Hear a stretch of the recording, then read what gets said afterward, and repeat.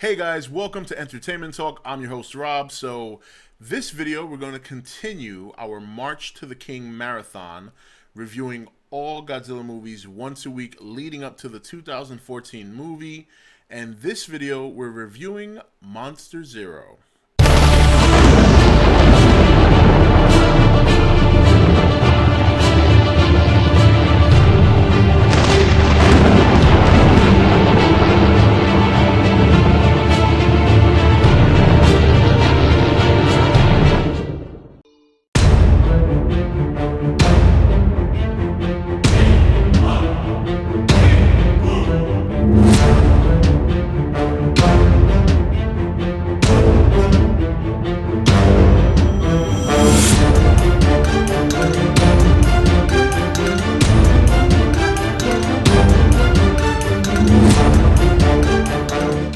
Okay, guys, welcome back. So, Monster Zero. This was a all around, I think, solid addition to the Godzilla collection.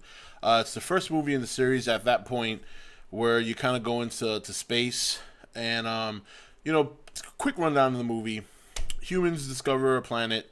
They go to explore. They find an alien race that's hiding underground from King Ghidorah, and they're asked if they can. The aliens ask them if they can borrow Godzilla and Rodan to fight off Ghidorah from the planet. In exchange, they will give Earth a cure to all diseases, or depending on which version you watch, it's a cure to cancer. The humans accept. The humans travel back to Planet X as the monsters are collected from the aliens, to watch the engagement of Ghidorah, Godzilla, and Rodan. Godzilla, Rodan, and Ghidorah fight on Planet X, which is a pretty cool fight.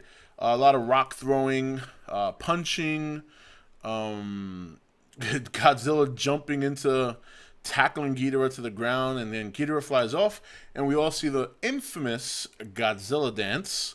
Yeah, that was always a classic. And then, of course, the humans fly back to planet Earth. They open up the package to listen to what they believe is a formula to cure to all diseases or cancer, and it turns out to be an order from the aliens to surrender as a colony. Otherwise, they will bring back the three monsters to destroy them. Overall, in the end, they do set off the monsters on Earth. In the meantime, some scientists are developing a beam to interrupt the waves that are controlling the monsters, and on top of that, utilizing the invention of one character in the movie that makes what's believed to be an alarm, and it turns out to be a noise that weakens the aliens. Finally, they exploit that on the emergency broadcast system. The aliens get destroyed. The monsters get incapacitated for a short period of time. And then soon after that, they wake up, they engage in a battle, and Ghidorah flies off back into space, and all is good. So that's the quick version. But I just kind of want to go into the movie itself. One thing I got to say about this movie I like the most, the special effects were really good. I have it on DVD. I watched it on my Blu-ray player. It scales it up, and I got to say, of all the movies up to that point, that one has to have the best special effects. They show a lot of scenes of Godzilla stomping on buildings, and the buildings look really good. I mean, the models look very, very good. Very realistic. In fact, there was even one scene where they kind of, because you could tell they did a lot of special effects. Like, there's actually a screen of Godzilla, and then in the background and in the foreground is people running away. And you can tell that, but it's not horrible. Like, if you were just kind of glancing at the movie, you would think, wow, that looks pretty good. But when I considering what I've watched up to this point, it's actually really good. It's really, really good. A lot of the model buildings look very realistic, even with the aging of the movie. So I think so far up to this point, out of special effects, this has to be one of the best ones. The suits look really good. Ghidorah looks better in this movie than it did in Three-Headed Monster, in my opinion. And in that aspect, the movie was excellent. They did an excellent job with special effects. The soundtrack is classic. It's one of the best soundtracks in the series, in my opinion. That classic military marching music when they're fighting off the aliens and the monsters is just, man, that's the jam right there for the Godzilla movies. That was one of the classic themes. So in that aspect, the music, the special effects really made the movie good. Story wise, it was different. These stories are never super stellar. I mean, they're not Oscar winning stories. They're basic, simple stories. But if you're a sci-fi buff, I mean, who doesn't like a movie with giant monsters, outer space, aliens, and Ghidorah and Godzilla? I mean, it's everything you could ever want in a kaiju sci-fi film. You know what I mean? I thought the designs for, even today, the designs for the flying saucers are awesome. The little orbs in the bottom that shoot the beams, the sound it makes when it's flying. Like, even though it's from the 60s, it's still, I think it's still really good. I think it's still decent quality when you consider what they had to work with back then. And watching it now on DVD, upscaled on Blu-ray, I was pretty impressed. So special effects, designs of the spaceships, the monsters, the sound quality of the music was all, I think, aged very well. Of course, it doesn't look as good now as it did then, but I still appreciated it. I still, even looking at it, I'm like, wow, that looks really good. Even 40 plus years later, it still looks really good. So that was a big, big plus for this movie. I thought probably at that time a major step in the direction of special effects. The actors, of course, you got Akira Takarada was great. Nick Adams was in the movie playing Glenn. He did a pretty good job. And the cast was very familiar. At this point, you had already seen several of the characters in prior Godzilla movies, so it was nice to see familiar faces. And, like I said, it was a solid movie. Probably one of the more popular ones. I still like, for some reason, Ghidorah the Three-Headed Monster a little bit better. Probably because Mothra was in it. You had more monsters fighting. But, this was definitely, Ghidorah just makes a movie better. He's such a great enemy for Godzilla. So when you see him in movies, it's like, oh, that's awesome. Three-headed golden dragon from outer space. That's like, that hits this, that's just hitting on all notes. On the flip side, the only thing I would have to complain about the movie is a couple of times Godzilla's fighting and like the last fight of the movie, he's kind of like boxing, and it's like, okay, that's when you kind of start to see that cheesy fighting.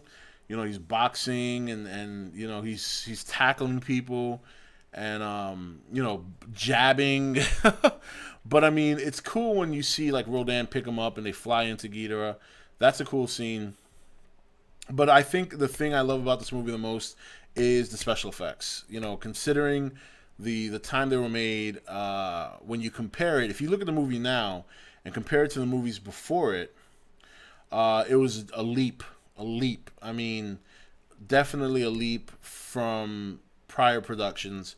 And just, it was cool to see, the whole space aspect of it. The space suits were kind of corny, but it was cool. When they landed on Planet X and the elevator's going down, and you can see, obviously, they're like little action figures.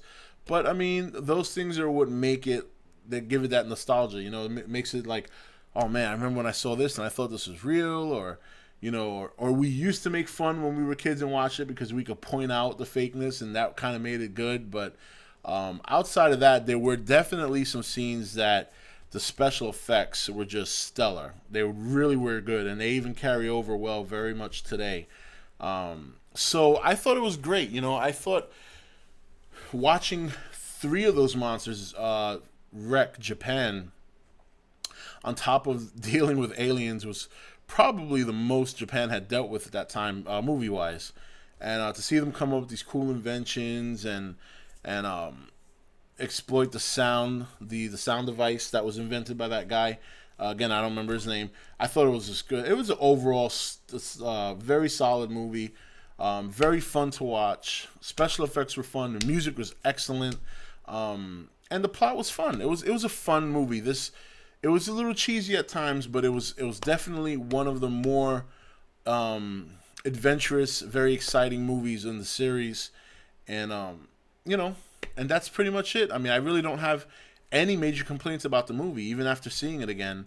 In fact, I was more impressed with it this time than I was the first time because of the special effects. So, but yes, it did have its cheesy moments, and you know, some of the alien acting was a little bit off, but that's because they're aliens, and it's probably were supposed to act that way.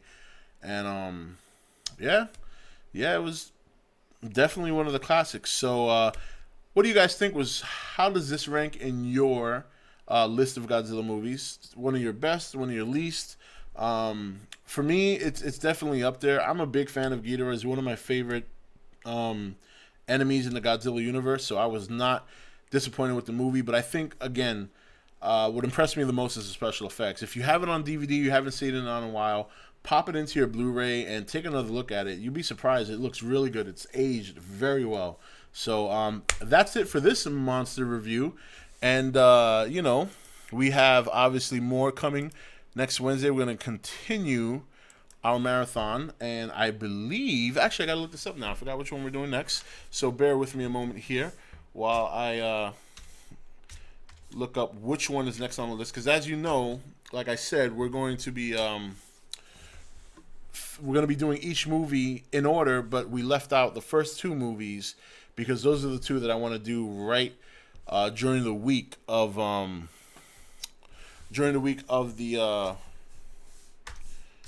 release of the movie itself. And okay, we got this here. And we will be including the 98 movie in my list, just so you guys know. I know it's not officially considered a Godzilla movie, but we're going to do it just for fun. I have a couple of things I want to say about that movie that I've never really mentioned or elaborated on before. So, you know, and yeah, it's going to be interesting. Godzilla versus the Sea Monster. This is one I actually don't own. And right now it's very hard to get. It's like $185 on Amazon. I'll give credit to RTW Forever for that. He's the one that pointed that out. Somebody else did email me. Please mention your name in the comments, because somebody did email me that it's a little bit cheaper on eBay. Not that it's much cheaper. It's still $60, but so I'll figure out how I'm gonna get to watch that. I'll make it happen. Don't worry about that. We'll review that. And that's it. So I hope you guys enjoyed this. I hope you enjoyed that movie. Definitely share your thoughts and your comments on Monster Zero, and I will see you for the next video.